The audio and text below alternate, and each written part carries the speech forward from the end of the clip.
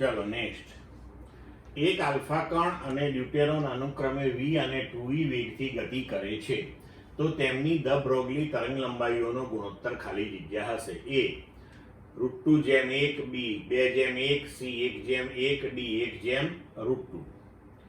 હવે દ બ્રોગલી તરંગ લંબાઈ લેમ્બડા બરાબર h/mv.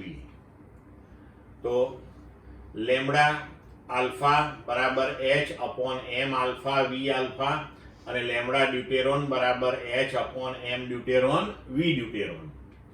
હવે તરંગ લંબાઈઓનો ગુણોત્તર લઈ લઈએ તો lambda alpha upon lambda D બરાબર md vd upon m alpha v alpha.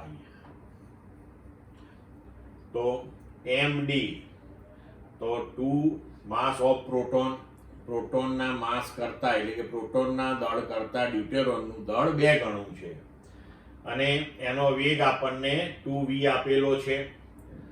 Alpha કણનું દળ એ પ્રોટોનના દળ કરતા 4 ગણું છે એટલે 4 mp અને એનો વેગ v આપ્યો છે.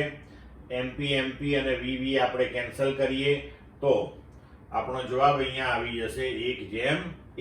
એટલે વિકલ્પ પ્રમાણે આપણો જવાબ થશે C મિત્રો.